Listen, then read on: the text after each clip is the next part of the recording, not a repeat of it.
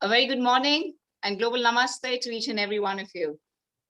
We are here truly delighted because it's truly concerning everyone's heart and happiness. Talking about the food industry, we're all honored to welcome Mr. Kunal Vijaykar ji, who is renowned in several endeavors. And today, our very amazing session for the very first time is on restaurants and hospitality during and post-COVID. On behalf of India Business Group Chamber of Commerce, truly delighted to welcome Mr. Kunal Vijaykar ji. Of course, he's a very, very Thank you. writer, author, television personality. Besides, we all love him. May we please also simultaneously welcome our legendary actor, young legendary actor, our young director, and of course, someone who is absolutely an outstanding performer and director of Political Satirical Show. Ladies and gentlemen, it's time for us to welcome our business group, who truly fulfills all our vision and makes it become a reality. May we please welcome our Honorary Consul General of the Republic of Mali, author of 4 books and 4 in the making, and my dear lovely friends, of course, Nazara Technologies, which has already created waves with their IPOs, creating history. May we please welcome our visionary, legendary Mr. Vikash Mitase. Good morning, sir. Namaste to you. Good morning. It's always lovely to be welcomed by you. And today you have one of my favorite friends, Kunal. We almost grew up together, I know him that long. I've forgotten when we met and where we met, but we used to meet often, mostly over drinks. Sometimes food also, because he is a foodie. So today seems to be one of my good days. Let's get on with people are waiting, and I'm sure Kunal is also eager to talk to them, answer their questions. He was asking how long this is going to last. I said, as long as you want. Thank you. So proceed, Simran. Thank you. Thank you very much, Mr. Vikash Mitase. A humble thanks to our lovely lady, our CEO, Ms. Priya Pansare. Thank you, Girish, Siddhi, and Sujata. So, how many drinks we've had together? Yes, before we introduce Mr. Kunal, can we please have the audio visual of India Business Group Chamber of Commerce?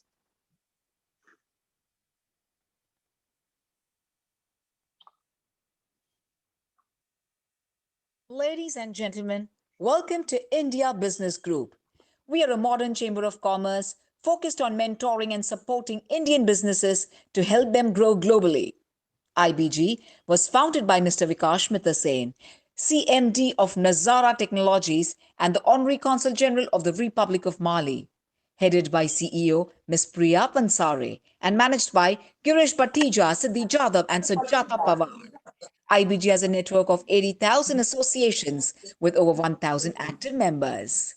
It also organizes sector-specific events for their members pertaining to sectors like real estate, entertainment, film and media, healthcare and pharmaceutical, HR, learning and development, travel, tourism and hospitality, banking and finance, manufacturing and retail, advertising and marketing, logistics and infrastructure, and IT.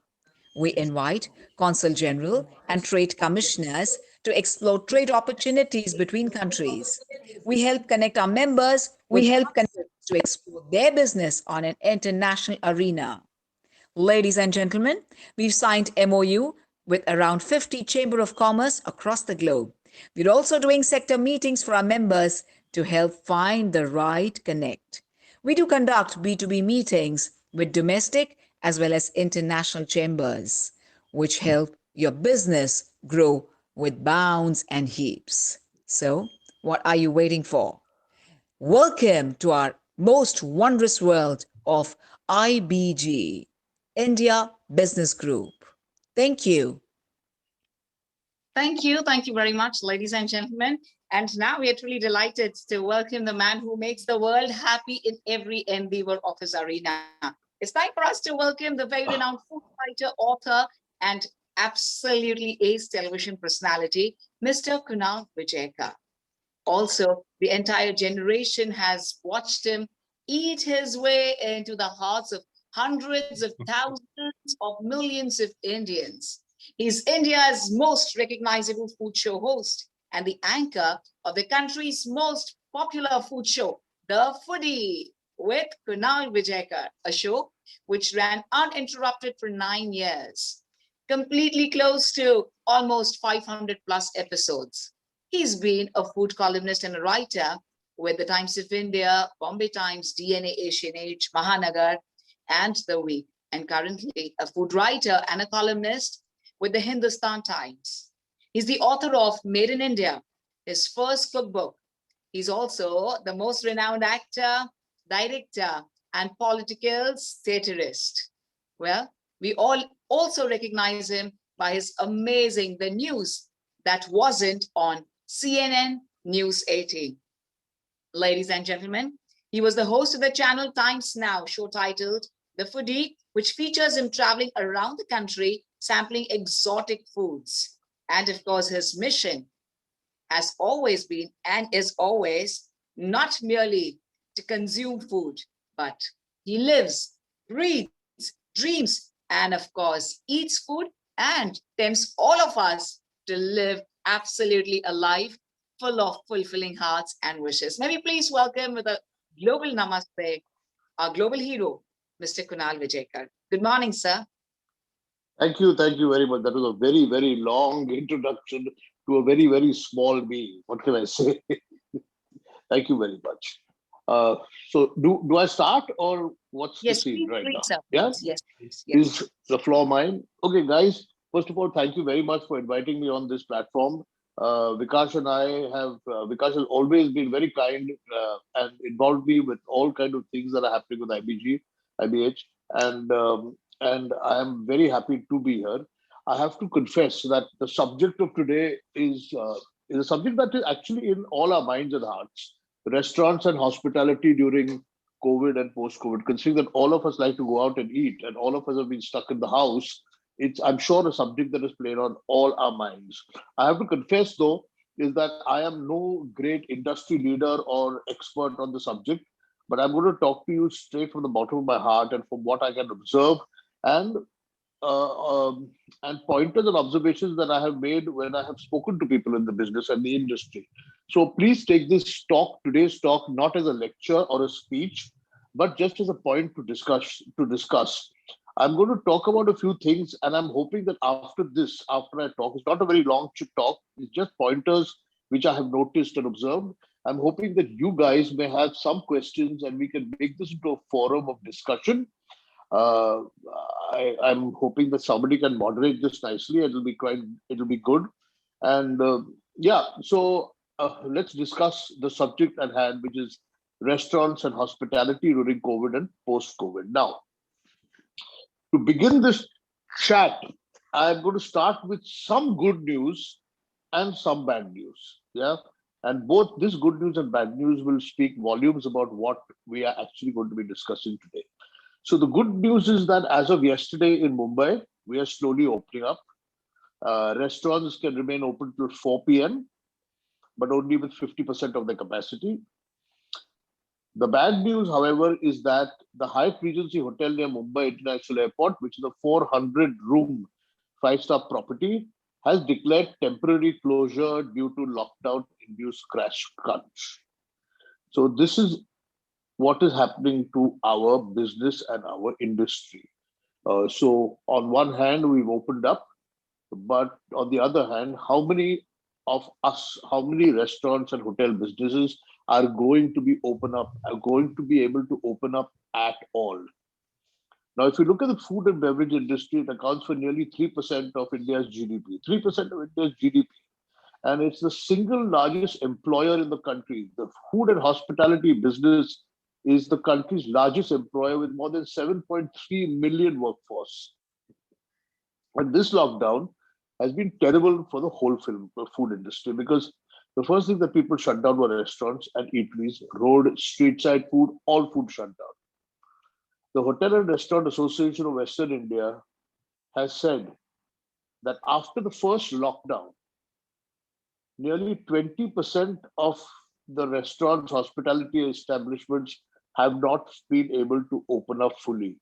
So although government may have opened up the country, uh, 20% of all restaurants after the first lockdown have not opened up completely.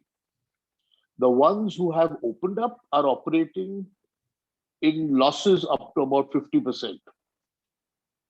And it is predicted that the second lockdown will force almost 90% of all restaurants to shut down. I'm not saying this, it is the Hotel and Restaurant Association of Western India which is saying this. So, if the prediction is that unless you've got deep pockets and you can survive, you're going to die. So, there is only one way to deal with this, and restaurants are already thinking of how do we combat this pandemic? What are the changes we are going to see, and how are we going to get people back into our restaurants? Because while there is a whole group of people who are dying to get out and eat, let's not forget that till we are vaccinated completely, there is a whole other bunch of people who are petrified of stepping outside the house. Leave alone going into an air conditioned restaurant in a closed space with people you don't know. So, even if we officially open up, there will always be enough people who don't want to risk going out. So restaurants then will have to start finding innovative ways to survive. And these are some of the changes that we are expecting to see in restaurants coming up from these next few months into the next year. The first big change we are expecting to see, and I'm not talking of uh, absolutely small roadside restaurants, I'm talking of sort of average middle class restaurants. Okay? The first change we are expected to see is a humongous concentration on hygiene standards, because hygiene and this disease is sort of co-related. We are heavy on sanitation, so all this hygiene is going to become slowly become important. People need to be made to be feel. People need to feel comfortable to enter a restaurant, and hence things like temperature control, sanitation, use of masks, safe packaging mechanism are slowly going to become the norm in the food and beverage industry. I see, I just see through my young age to today, when we were growing up, we were never really careful about whether the waiter had washed his hands, whether he was wearing gloves, whether he was whether the plates were hot. In the old days, plates always came hot, and then we forgot about hot plates. Saying that what's the need for hot plates? So all that hygiene that we used to practice, which we have slowly forgotten in the last 30 years, is going to start coming back slowly. Is one of the predictions. Another prediction we expect in hotels is what are called three-shift restaurants. So with costs and stress and salaries which are under stress, keeping a restaurant open only for lunch and dinner. Now, to forget lunch and dinner, they're supposed to shut by what? What time are they shutting? They're 4 shutting p.m. by 4 p.m. yeah 4 By 4 p.m. p.m. Yeah. 4 p.m. So how do you open a restaurant, pay for the air conditioning, staff on full salaries, food, infrastructure, rent, everything, and shut till 4 p.m. But slowly that 4 p.m. will become 8 p.m. and then it will become 10 p.m. But even then, losses have already been made. How are we going to recover those losses? So there is a feeling that there will be a move towards what is called a three-shift restaurant, which is you offer in between meals menus. So you may open for breakfast in the morning, remain open throughout till lunch, serve snacks and small meals in between, and then go into menus and go to dinner menus, and not only dinner menus, even late night menus. So you have a dinner which ends at about 10, and then a special menu to go beyond 10 o'clock, 10, 11, 12. So there is a chance that these restaurants will become into 3-shift or 4-shift restaurants, which are open throughout the day so as to get some revenues. Considering that most of the other um, costs will remain the same, like your rent remain the same, or your salaries remain the same. Maybe a few infrastructure issues, but this is what is expected. Another thing that is expected in this post-COVID era is an interesting innovation that may happen with food, which is we Indian food eaters, we love sharing our food. So तुम क्या खाओगे, तुम क्या खाओगे, तू butter chicken लेगा या पनीर पालक पनीर लूंगा, अच्छा मैं थोड़ा तेरा ट्राई करूंगा, तू मेरा थोड़ा ट्राई करना, ये this sharing may slowly change to pre-plated menus. So restaurants can start offering, like you do for a Western restaurant or with continental food, you have pre-plated dishes. So just to avoid this whole thing of sharing and trying to interact with more people, you do pre-plated portions, which may be a norm that is expected. Like for example, in a pizza restaurant, you can order a slice of pizza. I want a slice of this and this, so I'm going to eat 2 slices. Just order 2 slices. Instead of ordering a big pizza and sharing it between 4 people, people will start ordering slices, or you selling by slices. Another thing which some restaurants, like especially like say Copper Chimney in Mumbai, has done as an image thing, is where you have your kitchen in full view. So you have a glass door, you have a glass wall where you can see the whole kitchen behind it. It gives the customer confidence to know where their food is being cooked. You see the hygiene levels are apparent because they're in front of your eyes. You see what the chefs are wearing, whether their hands are gloved, not gloved, masked, not masked. And so your kitchen is in full view.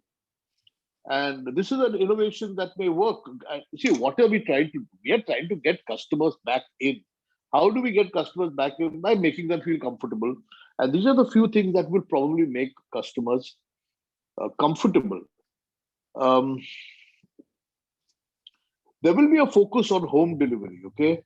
From the figures that I have up to now, food home delivery contributes only about 5 to 7% of all revenue. So it's a very minuscule sum of revenue for for restaurants, the big restaurants, which depend largely on people coming in and eating.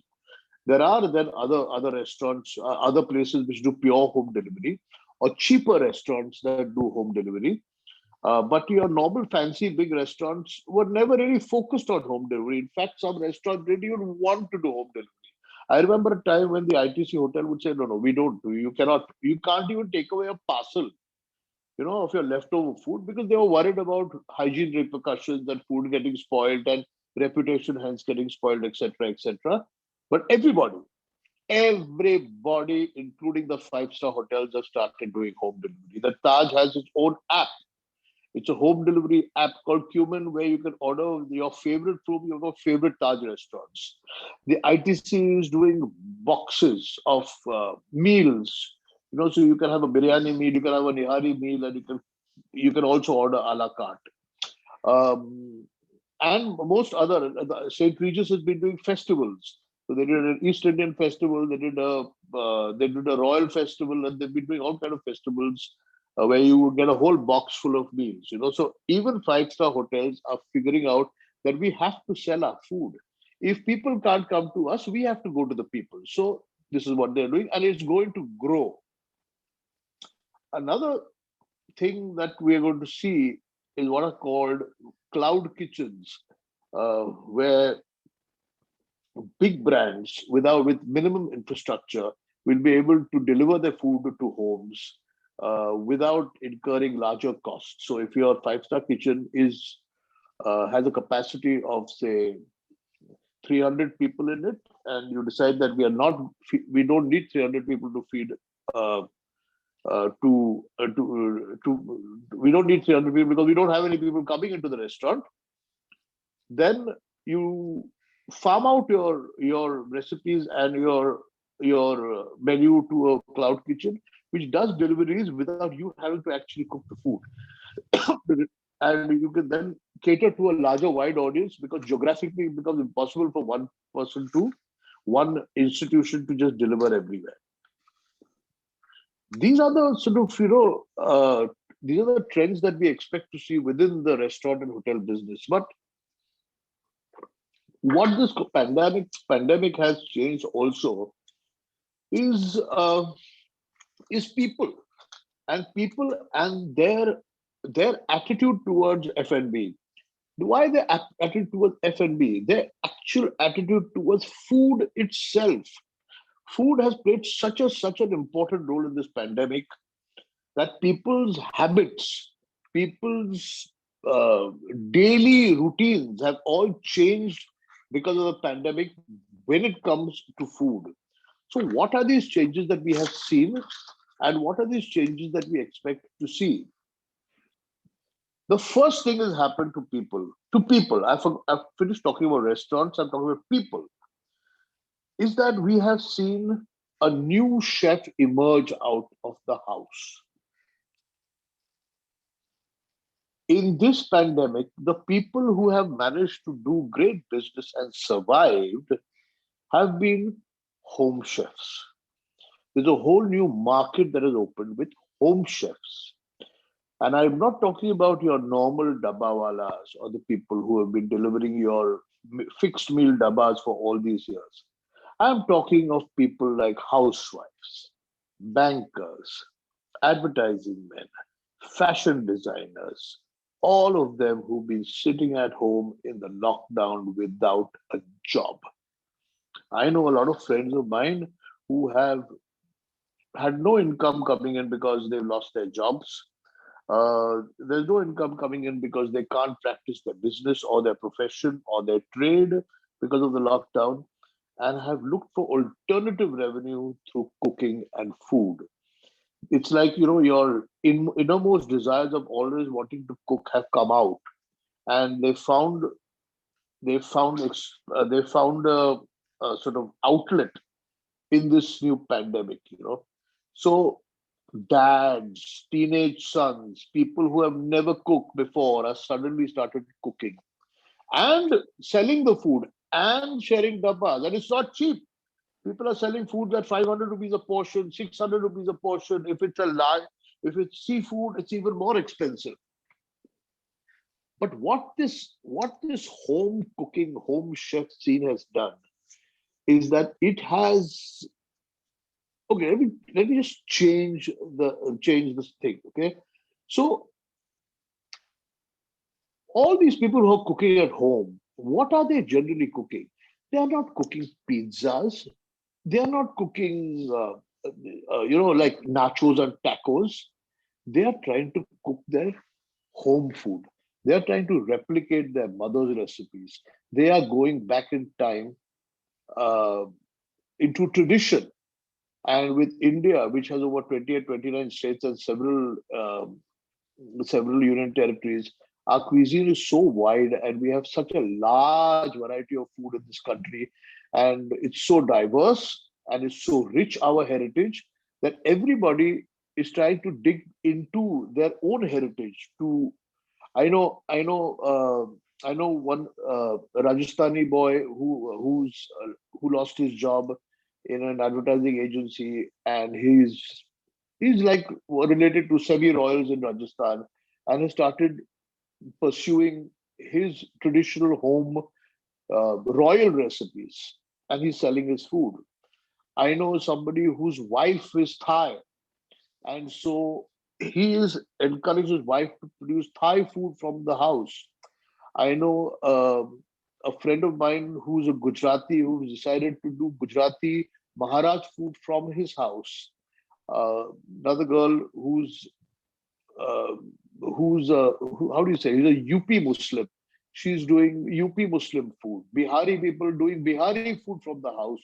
So people have gone back to the. I know Maharashtrian people who are doing different Maharashtrian food. So there's a Brahmin Maharashtrian people doing vegetarian Brahmin food.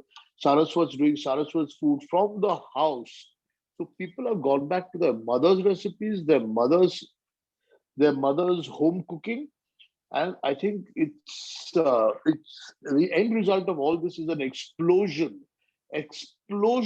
of a big re-interest in traditional regional Indian food.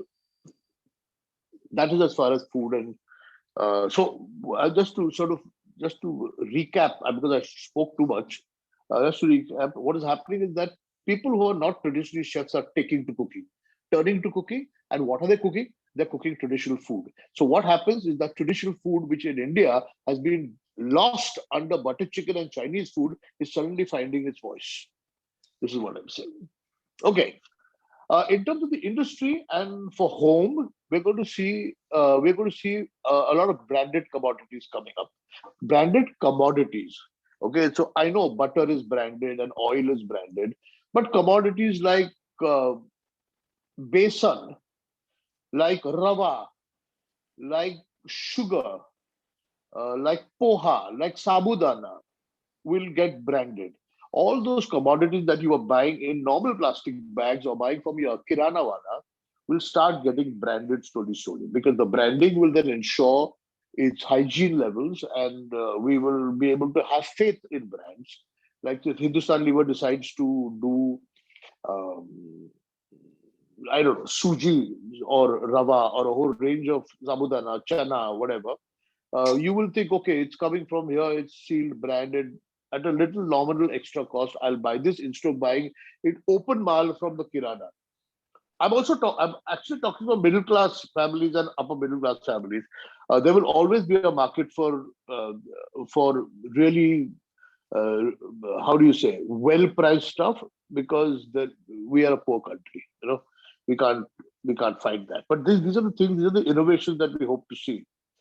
Uh, because and the branding eventually, what does it signify? It signifies that it's hygienic, it's safety standards, and a credible source is what branding normally signifies. Also, if you start cooking more at home, you're going to want more and more convenience. Things that you can do jhatpat. You don't want to sit and peel onions. You don't want to chopping onions is such a pain. Okay, so you will get these conveniences now. You can get them abroad, chopped onions. I'm sure you're going to start seeing chopped onions in India soon. It's like idli ka atta. I mean, 25 years ago, there was no way you could buy idli ka atta in a bag. Yeah. Some innovative person decided that, chalo, I'll make atta in bulk and I'll sell it on a daily basis. Soon it is branded now. Now you can get branded idli and dosa ka atta.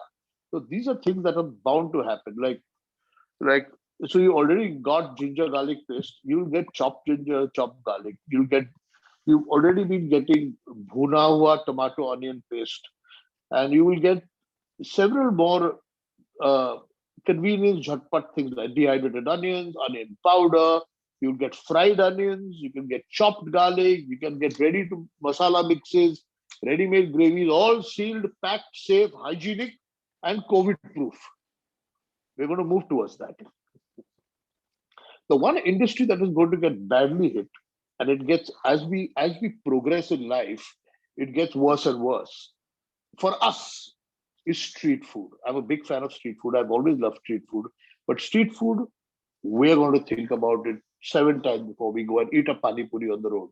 Already we worry about pani puri. Shall I eat pani puri or not on the road? So you've got some stores which you can't not go to because you like the taste, who do gloves and Bisleri water and whatever else.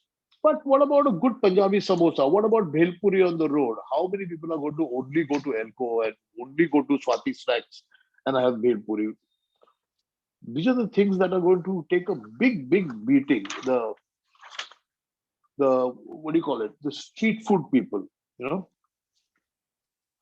Um, another another there's another trend that I've been watching is, it's called the meal kit. I was describing it to you vis-a-vis the five-star hotels. But there are now meal kits available. Whereas you don't want to buy the pizza from outside, you want to have the feeling of a homemade pizza. So you get a pizza kit. So you get the base and you get everything separately, which you add on according to your taste.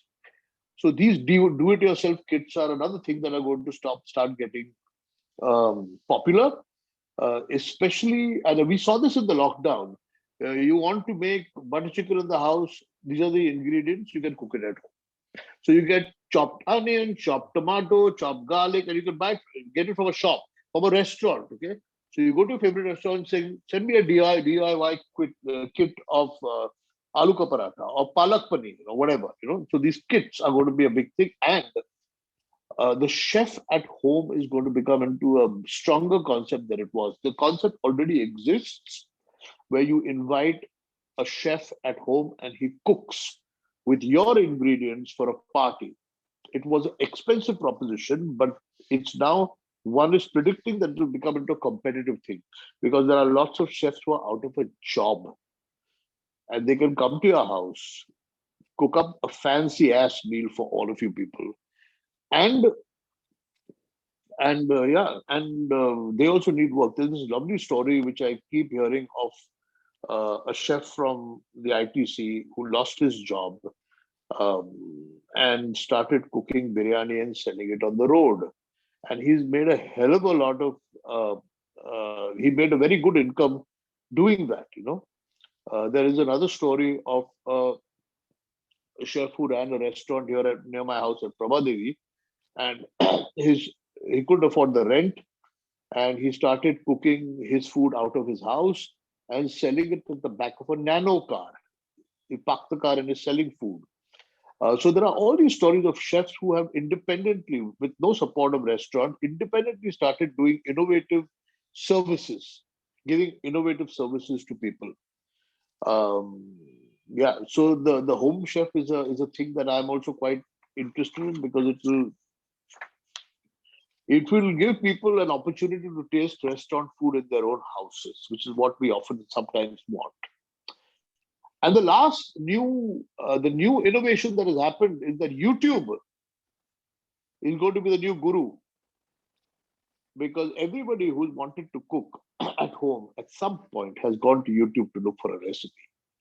You can now, and I'm amazed, you can find anything and everything on YouTube. How to. If you want to know how to peel an onion, you can see it on YouTube.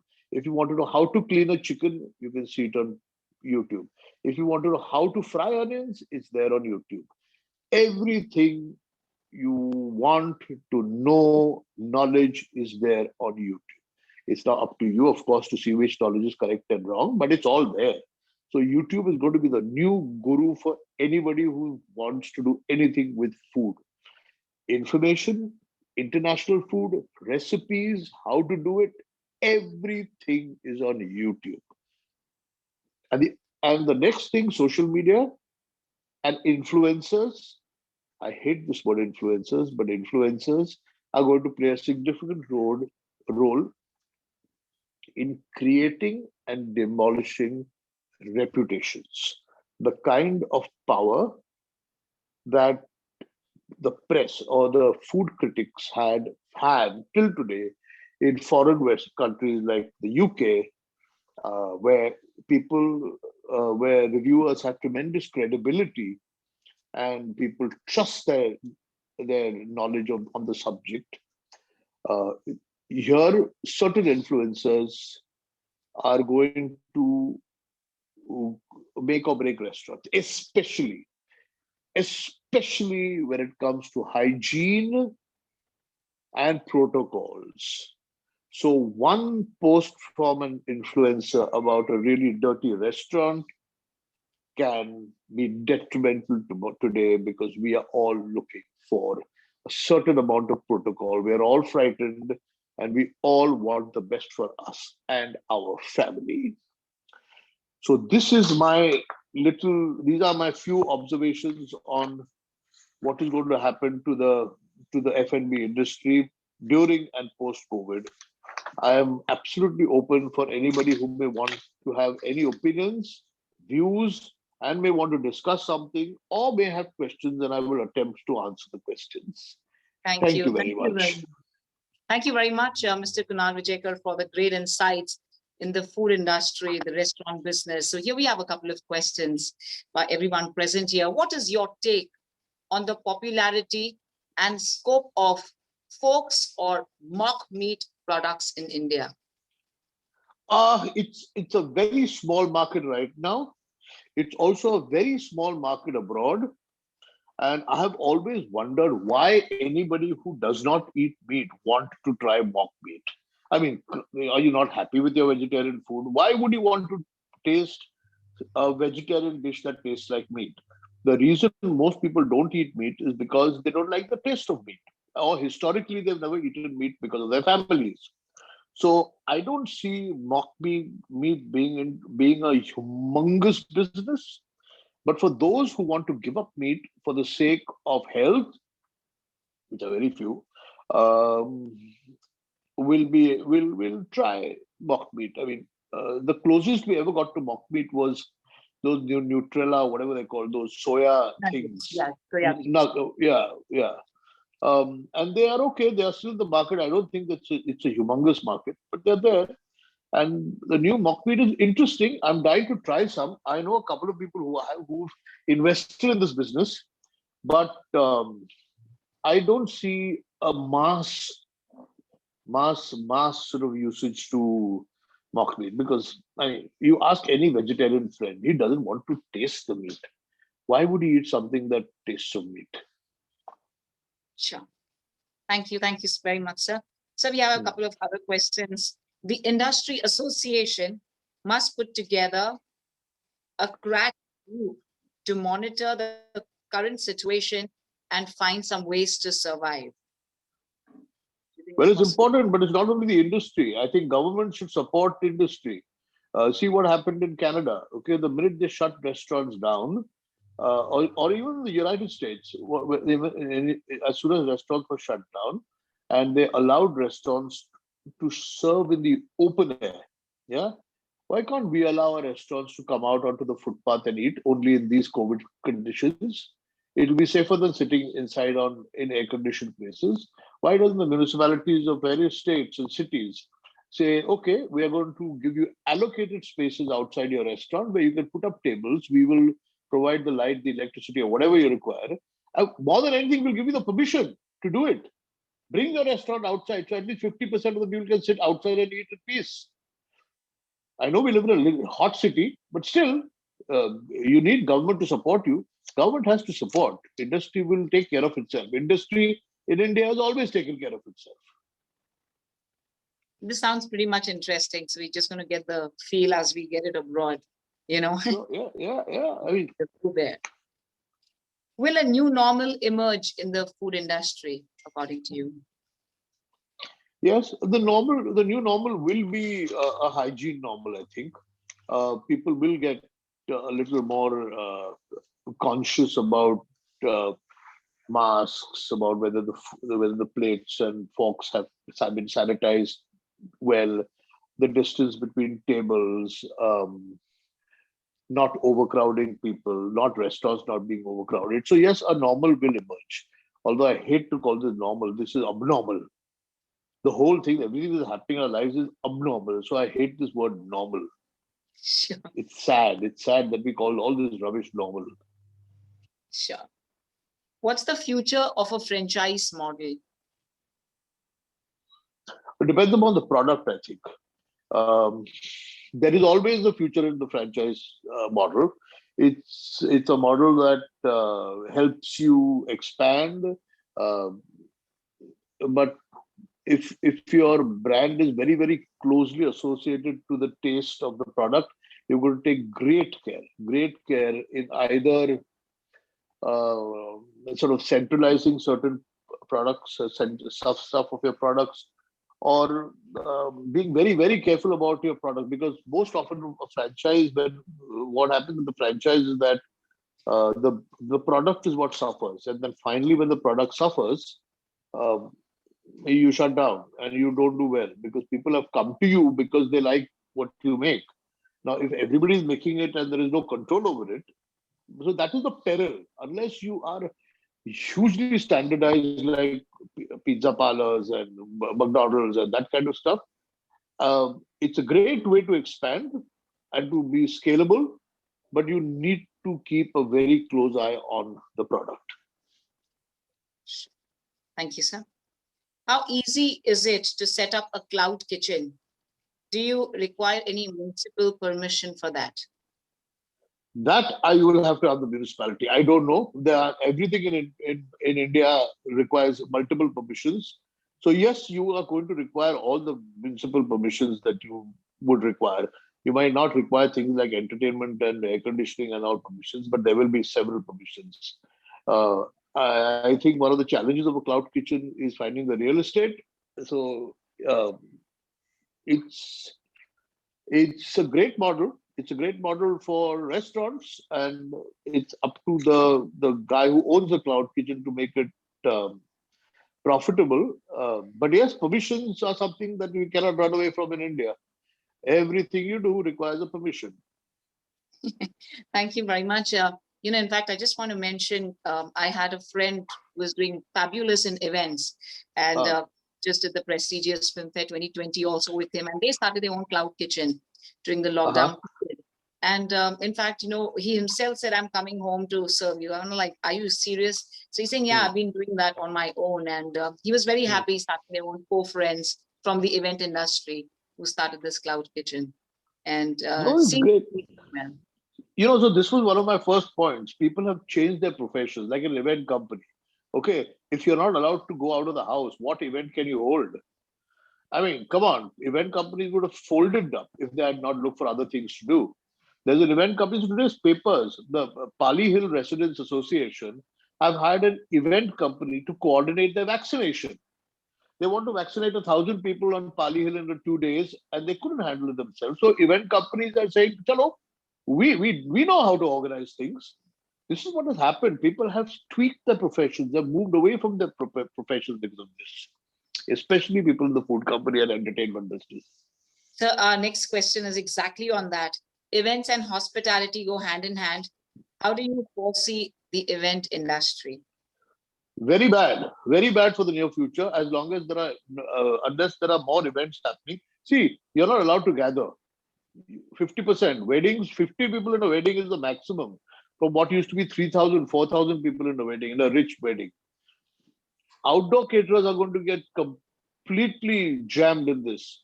Flight kitchens are going to have problems. These are the mass caterers and event companies are going to suffer. They have to find other ways to do things.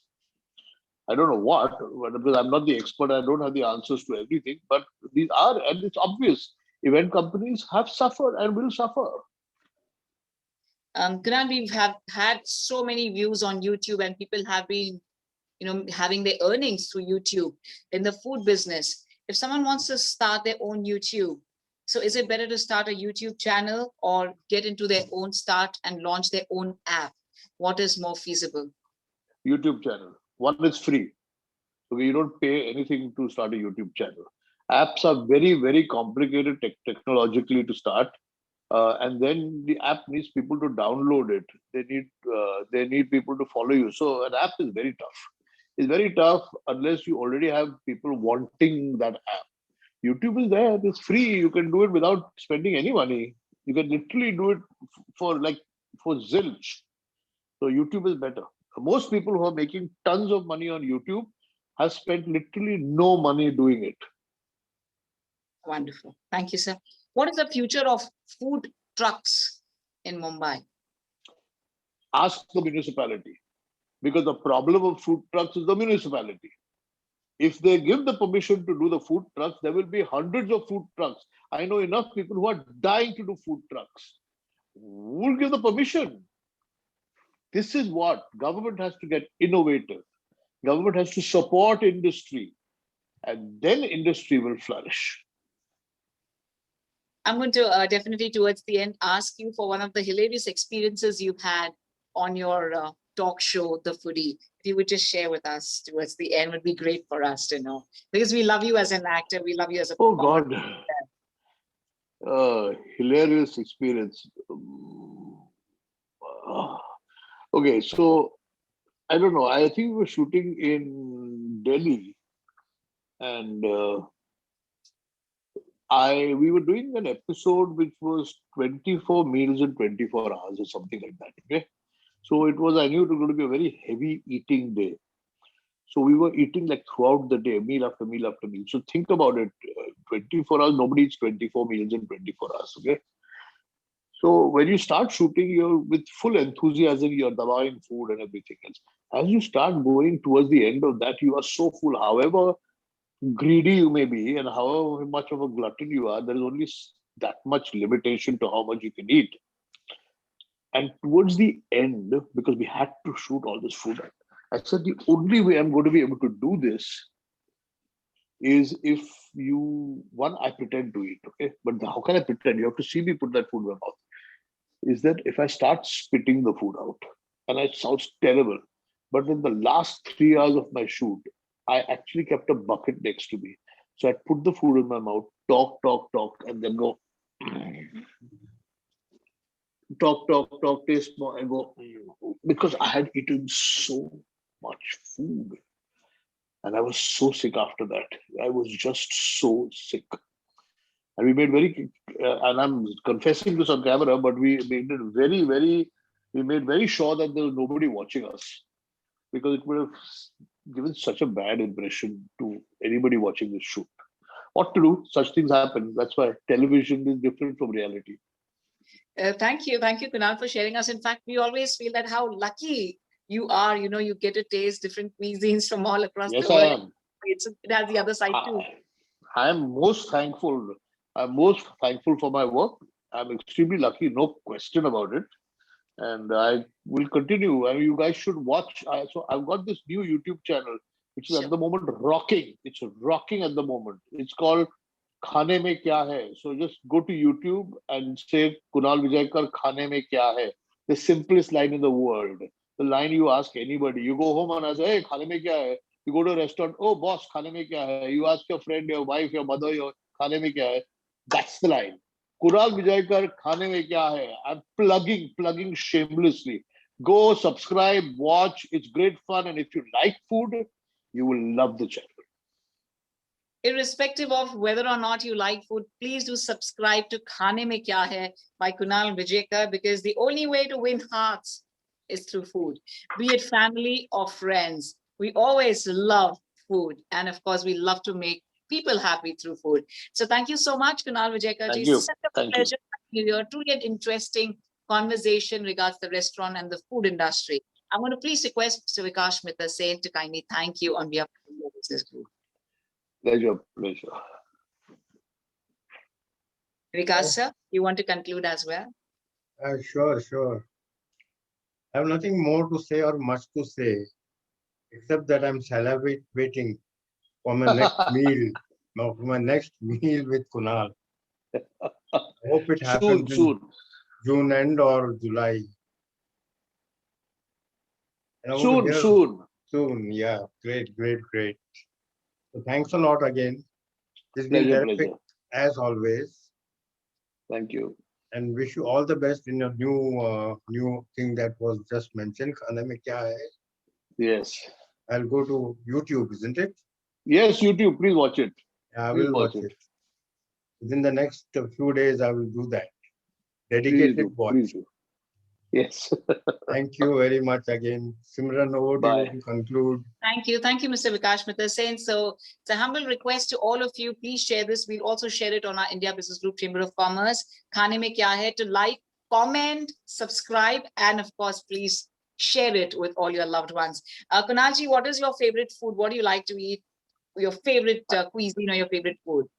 You know, I'll tell you something seriously. After eating all these, after eating food in all the restaurants in Mumbai, all the restaurants in the world, when I travel, the best restaurants in the world, I love my ghar ka khana. I really do, you know. It's also the food that I get to eat the least. So when I get somebody cooking my really good ghar ka chicken, mutton, prawns, rice, chapatis, potato ka sabzi. I just love it. You know, And we are a very non-vegetarian household. Traditionally, our food is all non-vegetarian. So fish, I love it. Love ghar ka khana. Beautiful. Thank you so much on this lovely note. I know it's not that much time for our lunch, but of course you can always dream of food. And meanwhile, well, do watch the channel. And of course, I'm sure you'll get something very interesting on Kunal Vijayakar's channel. Of course, an ace in the restaurant world and absolutely a renowned actor. Such a pleasure having you here. Humble thanks to you, Kunal sir, and we look forward to meeting Thank you. you. Thank you on behalf Cheers. of the Business Group Chamber of Bye bye. See you.